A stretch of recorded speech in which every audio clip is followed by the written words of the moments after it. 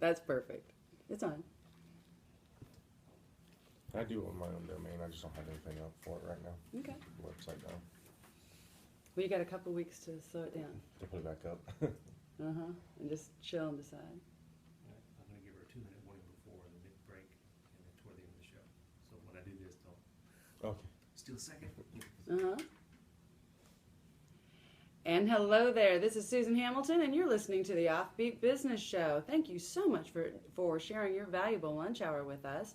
I've got a treat for you today. I'm talking to Dallas area's Craig Shinn, and we're going to talk about some stuff you may not understand when it comes to your website being found on search results.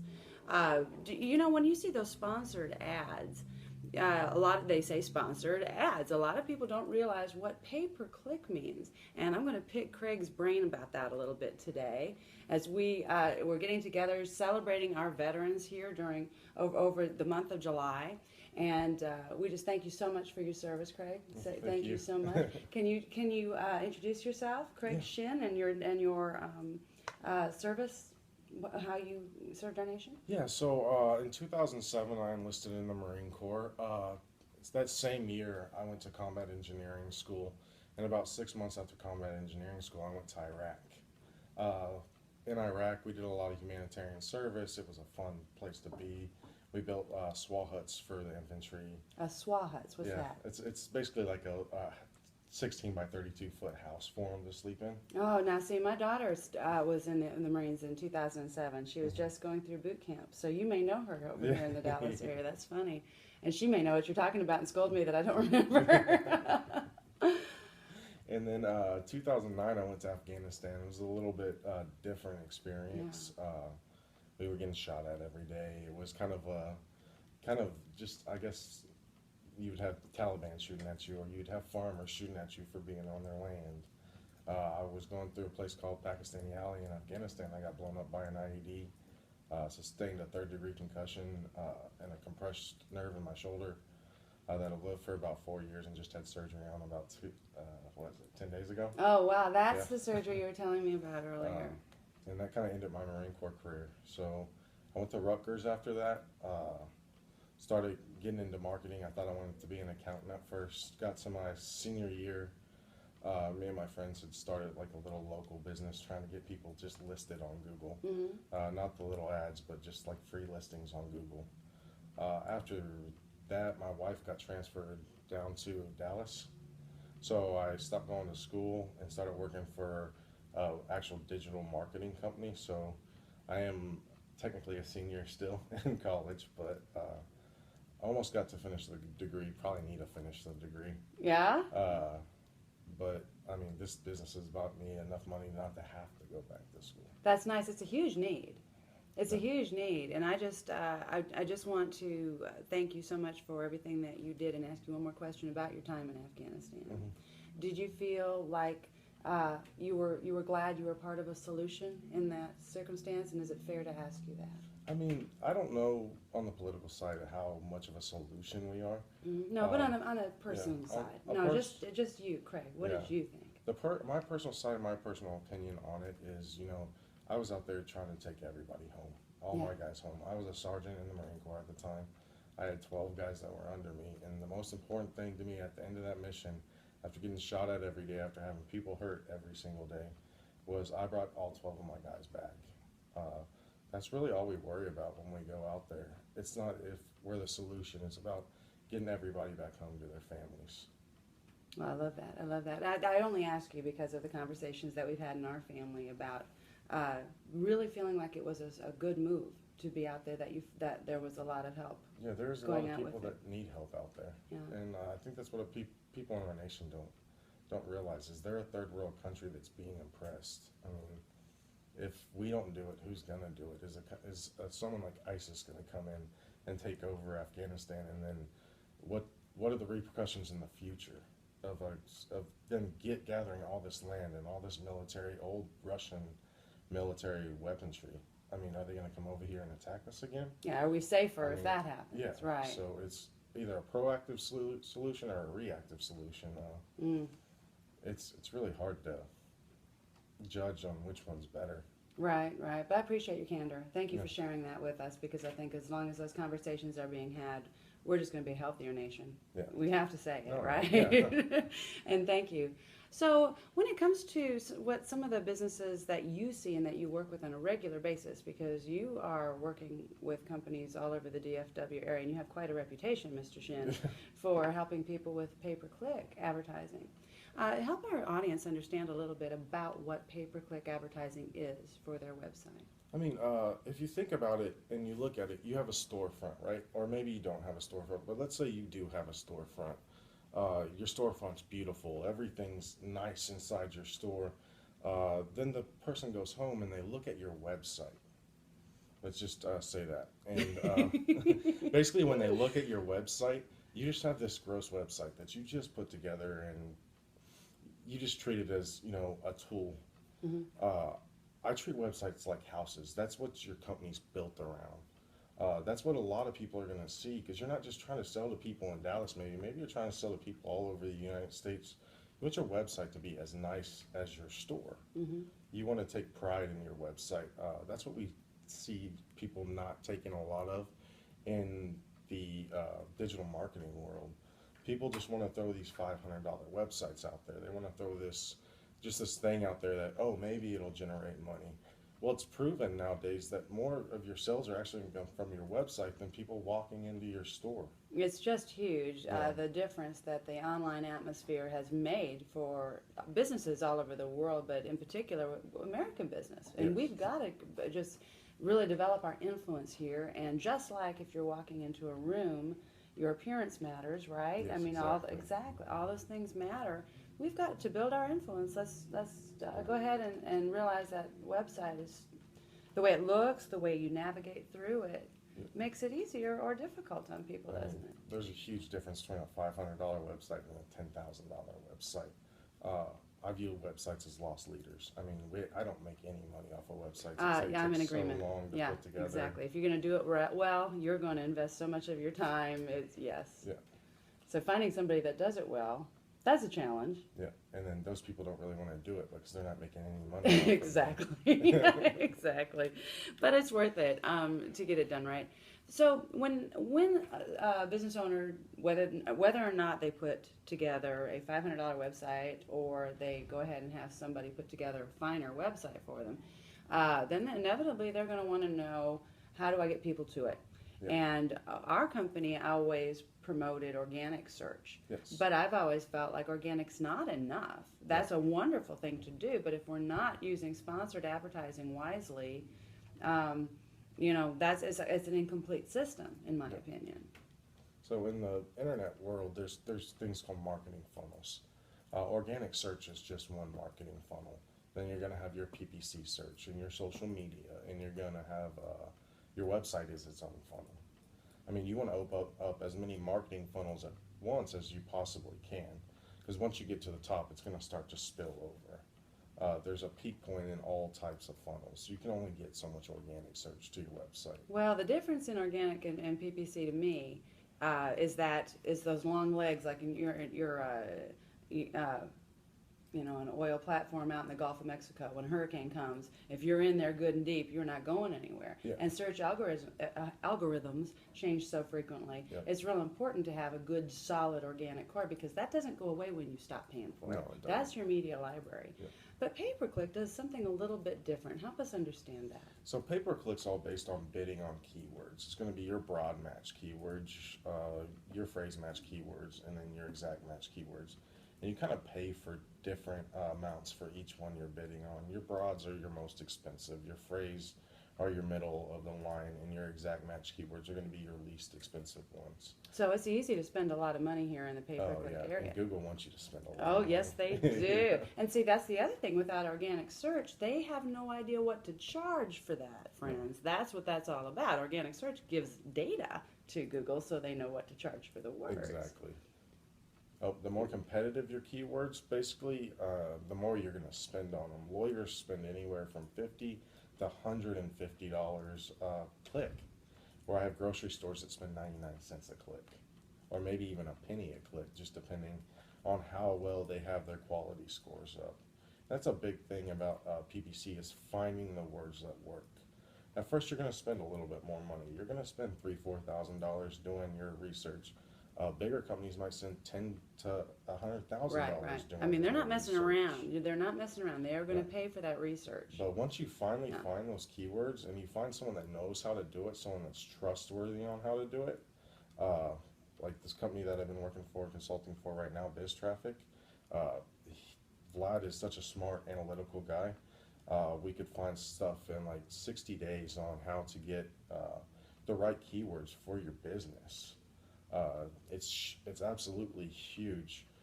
You basically hook analytics up to the back of your website. It's going to tell you what keywords convert the best. Within those converting keywords, those are the only keywords you really want to pay for. Those are what's bringing money into your business. Okay. Um, And friends, I hope you're enjoying this conversation with Craig Shinn as much as I am. There's so much to learn here. But when we come back, we're going to talk a little bit more about this. We're going to dig into. I'm going to get Craig to give us some examples. Yeah, and that's going to be really helpful. So this is Susan Hamilton. You're listening to the Offbeat Business Show. We'll be back in just one moment. Everybody sounds good. Yeah, see, it's easy. I told you. Uh huh. It's just a conversation. So, ready to go for part two? Uh huh. All right, here we go. And we're back. This is Susan Hamilton, and you're listening to the Offbeat Business Show. Thank you so much for sharing your lunch hour with us. We are going to continue our conversation with Craig Shinn, and he's sharing some very interesting things about pay-per-click. And we just started talking money. We just started talking money. Pay-per-click ads, friends, are those sponsored ads that you see in Google that people pay to be seen, but it's a little bit different. Every time you click on those sponsored ads, that business owner is paying Yes. per word that was in that ad. So that can get really pricey. I've seen companies drop $8,000 a month on pay-per-click campaigns. And you were talking about some back-end analytics that help you understand, but you made a point earlier that I just wanted to go back to, if you don't mind. You said, give it 60 days. You're darn tootin', because a lot of people, when you talk websites with them, they really want to know what those words are, and like you can just crank that out. But you've got to start understanding your customer behavior a little better, don't you? Yes. Help us understand that. All right, so your customer behavior is going to all be based on what analytical tools you're using. I like to use Google Analytics. It's a free tool. All you have to do is install it on the back end of your website.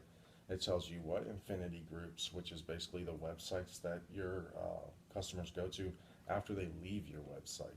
A lot of people don't realize you can track people from website to website to website. Demographics. What demographic is buying my product the most? Can I just ask you to go back and help me understand why I'd want to know what they do when they leave my website? I get that I want to know exactly what they're doing while they're in my site, and I want them to hang around. But why do I care what they do when they leave? Because you need to know who to remarket to and what websites to remarket to. So remarketing is basically throwing display ads up, or you can even use search ads. Great. Basically, I want to know where to place my ads without wasting money. Because why would I send it to, let's say, ESPN.com if my visitor leaves my website and never goes to ESPN.com? Okay, brilliant. But they go to like Mommy Blog. So I want to put my ads on mommy blogs, and I don't want to put my ads on sports websites. And does it take? Do you think it still takes about that 60 days to determine that behavior, or how long? Infinity categories start popping up about 30 days after you launch your website and launch that analytics on the website. The most important thing with understanding analytics is setting up your conversions and your goals. As a business owner, you need to establish, what's my end goal. Do I want to make money? Do I want to have people fill out contact forms? Do I want people to call me? Analytics can track everything from phone calls, from someone picking up and calling a number on your website, to someone filling out a form, to somebody actually buying something on your website. And it can keep track of which, like if someone buys something organically, or if someone buys something from PPC. So it's going to tell you what your most profitable funnels are too, and maybe what you should invest the most money into. That's interesting. So I can tell, organically speaking, are they coming to my website from social media because they followed my content, Yes. or are they coming to my website because they hit my sponsored ad? Mm-hmm. Because that'll really tell you how effective your sponsored ad is. Yes. Tell us, what's your opinion on landing page development and how important how that's tied into your pay-per-click campaign? That is the biggest thing right now. User experience to Google is the most important thing. I don't like really calling it SEO anymore. I call it content marketing, because the more content you have on your page, the more specific content you have on your page. Don't go out and just throw a bunch of keywords on your page, because Google's going to figure it out. Your bounce rates are going to be high. I mean, you're going to lose everybody. Yeah. So basically, put the most important content on your page that's most relevant to the user experience. It's not only going to decrease your bounce rates, but it's going to make your cost per click a lot cheaper. No, no kidding. Yeah. Well, that's good to know. Your higher CTRs and the lower your bounce rates are, the lower your cost per click actually is. I've seen cost per clicks drop over 20, 25 bucks in 30 days just from changing landing pages. Oh, that is sweet. Yeah. So you're not going, okay, so if I can just drill down on that a little bit further, there's a lot of discussion out there about what, in the world of mobile, why would I still want to have a lot of content on my page? Aren't I going to lose the visitor's attention? On mobile? Yeah, well, yes, on any yeah. of your landing pages. I Because mean, a lot of people think, well, go to shorter content. I don't actually agree with that. I don't really A either. lot of people with their mobile websites too are going to scrolling content, which organically you have to have a mobile friendly site now. It's part of the search algorithm. It's basically taking it's given a big hit. It's almost like the Penguin update a couple of years ago, Yeah. which caused organic traffic to drop. If your site's not mobile friendly, you're not going to get the traffic anyways. But I would say having more content sometimes is better, because you want to explain what your product actually does or what your service actually does. Don't make it tiresome and boring. Don't put things in there that don't matter. But if it's relevant to the page, if it's relevant to the landing page, have it on there. People want to read. And we're using those keywords on that landing page just like we are when we're in your the ad ads. campaign. Yes. So you use it from your keyword level to your ad to the content on your landing page. So, Craig, tell me a little bit about what it can end up costing, and give me an example of maybe a word or two difference in the price associated with that. Yeah. Something that our audience can understand. So let's just say in the IT world, using a word like RAID, right? On RAID data recovery. The difference between not having the word RAID in there and having just data recovery in there is probably about a $50 to $75 difference. All right, so you don't want rate in there. You I mean, do if that's want your rate in there. if that's your target, then yes. But you Okay. got to realize that you're going to pay. You sometimes pay $200 a click for just using that word. And it really isn't benefiting you that much more Yeah, just to I use mean, it. So yeah. you're saying maybe not be so specific. Yeah. Okay, so yellow balloons with pink ribbons Yeah. might not be the most beneficial keyword that you can use. No, not all the time. And that all comes back to drawing back down into your analytics too. If that's what converts and gives you the most sales, then yeah, maybe that is what you want to use. But if you're seeing conversions come in, but you're not seeing sales off of your conversions, then yeah, you don't want to be that specific.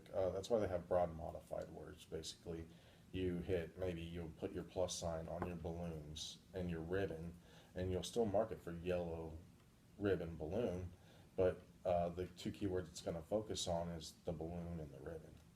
Okay. Well, that's really fascinating. Yeah. That is really, you know your stuff. A little You've bit. been doing this a little bit. About 4 You know, years. it's pretty fascinating. When I was talking to Craig earlier, for instance, one of the reasons I thought this was really beneficial to you is he was telling me that in the early days you got to play in this sandbox. You get Yeah. to just kind of learn this at Rutgers and really be in that environment.